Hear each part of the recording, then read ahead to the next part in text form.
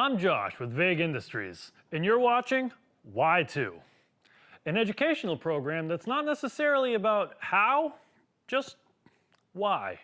And on this episode, we fly down to Florida to go see my buddy Rob Ditterlizzy with Blockhead Motorworks to go shock tuning on his Pro Mega Truck. Stay tuned.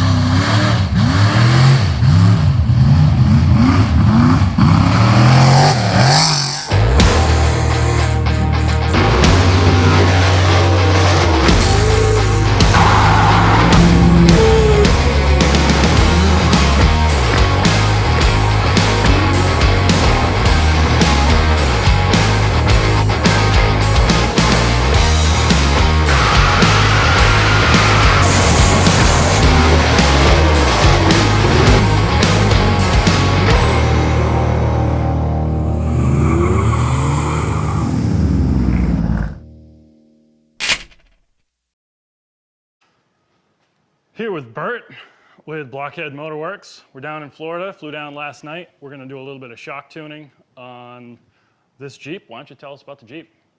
Basically, we got a full tube chassis. Got a 555 big block Chevy with a turbo 400 FTI, SCS case on F106s with 16-inch big shocks. We do pretty much everything with it, from truck pulls for fun to freestyle to bogging, racing. Good all-around, all-purpose truck. You know. And you finally got a complete system, and the last thing to really final tune is the suspension. Get the power on the ground. These guys that don't have their shocks professionally tuned, they'll hit a small bump and their tire comes off the ground. Might only come off the ground this much, but that much, you lost traction for however many feet that was, and you landed slipping. And if you can keep your tires on the ground the entire time, you're always going to be making forward momentum. Definitely. And under horsepower truck that's got traction the whole time is going to make a faster lapse time than a high horsepower truck that's not on the ground or out of control or sideways. I mean, you can definitely overpower one of these trucks. I see it all the time. I mean, these guys 1,800 horsepower, and they don't rarely ever go out there and win because the truck doesn't handle right. Right. I'm running 850 horsepower without nitrous, and most of the time I'm not running the nitrous because I don't need to be able to compete with these guys. So. Yeah, I mean, I personally believe that, if you've got a truck that doesn't break, and for the most part your link geometry is not totally out of the ballpark, then you got to be a wheel man, because that's racing. That's sort of unsaid across the board. But if that thing doesn't handle well, if you're pushing into a corner, if it's sliding, lots of body roll, or you're bouncing off the jumps, the back tire's coming 3 foot off the ground because it bounced, you're not moving. Yeah, I mean, if you're blowing right through the travel, bottoming out and bouncing back up, there's a handful of trucks out there I see they land and then they bounce right back up in the air. Like, nope, you should be on the ground, on the brakes for the corner, and back in the throttle. Like I said, it wasn't far out before, but I know it's going to be a big difference once they're right. So. Yeah, for sure. I mean, we've got a lot of hurdles to overcome with these big shocks, but we've been running around all day and all night trying to. Got the springs we need and a couple little tricks up our sleeves with them. So see what we can make them do. See what we can do.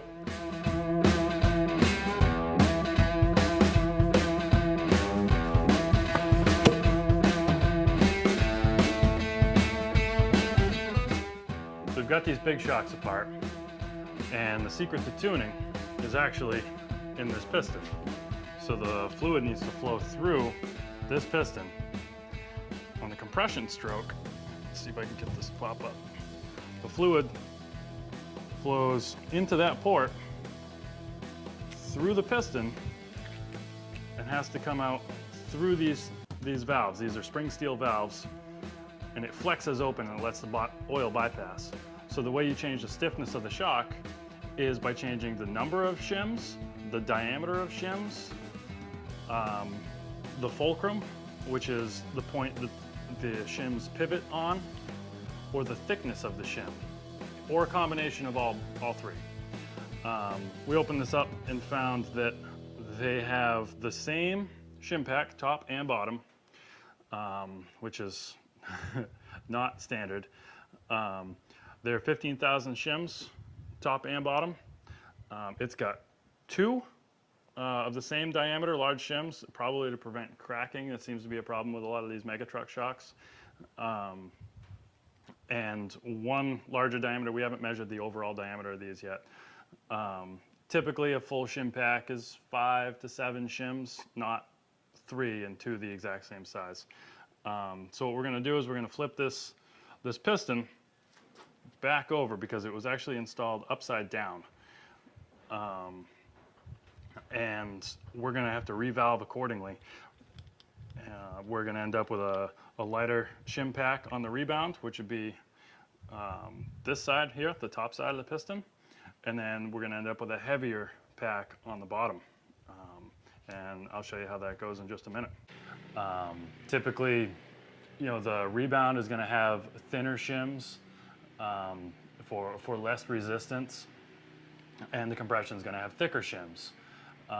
Also, you typically end up with more shims of multiple diameters, and it creates a progressive spring pack to change the actual dampening curve. So it starts off softer and gets stiffer as the velocity increases. Because Big Shocks uses a really odd size shim, it's more of like a motorcycle shim. When we went to order new shims, there was only 3 different outside diameters available and 1 shim thickness available through Big Shocks.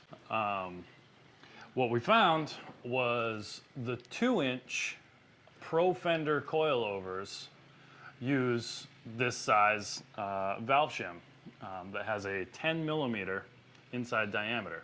Slightly different, but close enough. Once we opened up the Big Shocks, we found out that they actually use a 10 millimeter, not a 3/8. They use a 3/8 bolt to fasten it, but a 10 millimeter hole in the valve shim. And I just want to give a shout out to Dean Benner over at Pro Fender. Pro Fender USA hooked it up big time, last minute. Sent us out this variety pack of shims. You always wish you had more shims, especially in a situation like this where it's a scramble minute.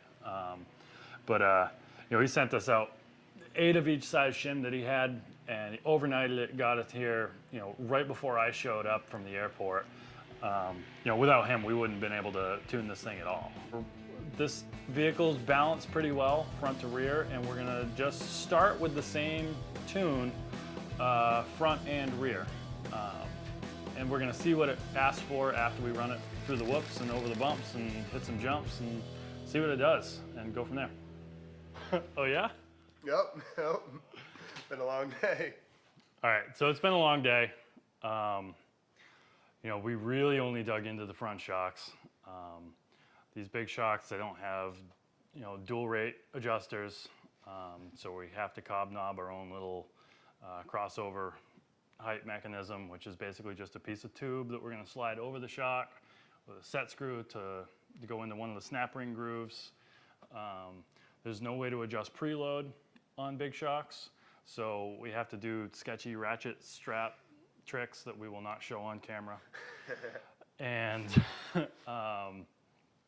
we got the pistons were upside down, so we flipped the pistons over, pulled out 2 bleeds so that we had some low velocity bypass there, sort of soften it up, because as you said, it was a little bit stiff on the low velocity hits. Like definitely driving from the pits to the entrance of the track, it'll knock your head off sides of the seat. Right. So real rough on the small stuff, but it was decent on the bigger stuff. Yep. So flipping the pistons, the flow is totally different, and the Big Shocks don't come with a very progressive pack. It had 2 large diameter shims that were 15 thousandths each. They were the same size outside diameter, and one that was slightly smaller, also 15 thousandths each. That was it, and it was the same shim stack for the compression and the rebound. We were able to come up with a progressive pack.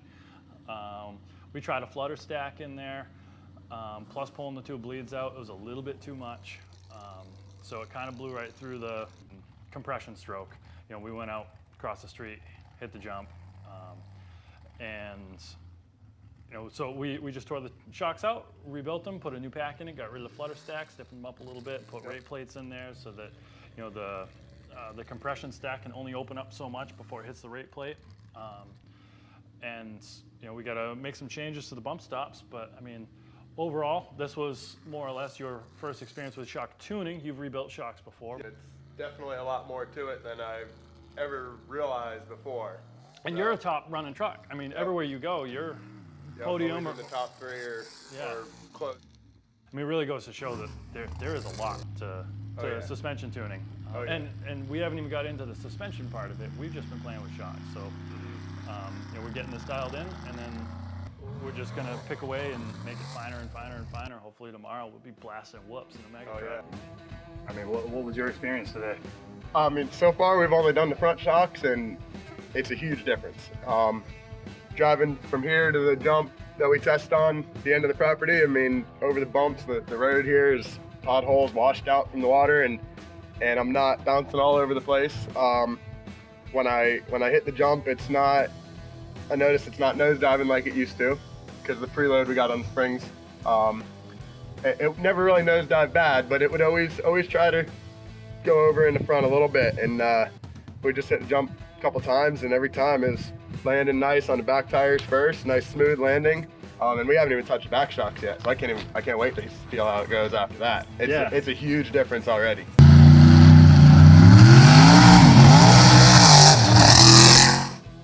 All right, so we've got how many? 28 hours.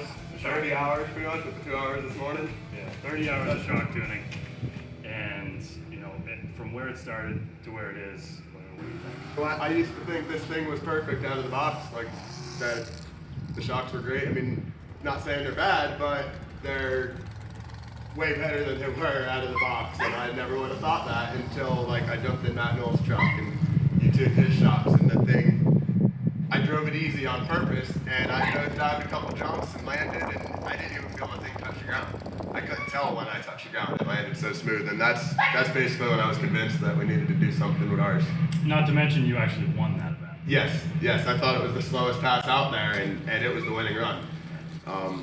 And you look at the videos, it looks like it was the slowest run there, but the tires were on the ground all the time, other than leaving the jumps. You were coming in into the control. corners, I was 100% in control, and without shaking my head around and dazing and confusing me because my head's bouncing off the side of the seat, and all that makes a big difference, with everything when you're racing. You get one hard side hit to your head, and you lose your depth perception, everything for a couple seconds, and it'll really screw you up. Yeah, and so everybody said, we'll preach the same thing, the suspension is the key, and suspension really matters, and get it tuned, or get the best shock seems to be the common phrase, is buy the best shocks. And there is no the best shocks. No. None of them are going to work. No, and no matter what brand you buy out of the box, they're not going to be tuned right for your truck, no matter what. Everybody's suspension geometry is different. They're sprung weight, unsprung weight, all that. No two trucks are identical unless they are built on a jig, CAD design, right next to each other, the exact same parts. You're never going to have a bolt-on set of shocks that's tuned correct out of the box, no matter what brand you get. And I've learned that this weekend. I've learned a lot. Yeah, that's good. That's good. Hopefully we can spread that knowledge. Definitely. Check out Vague Industries. That's VAGUEindustries.com. Check us out on Facebook with Vague Industries, and Instagram. Yep. That's Vague Industries as well. If you want your shocks tuned, you're looking for custom parts, whatever. Even if you just want advice. This is Josh. Yeah, Robert, and I look forward to doing a lot more work with you in the future. Thanks, man. Oh yeah, thank you.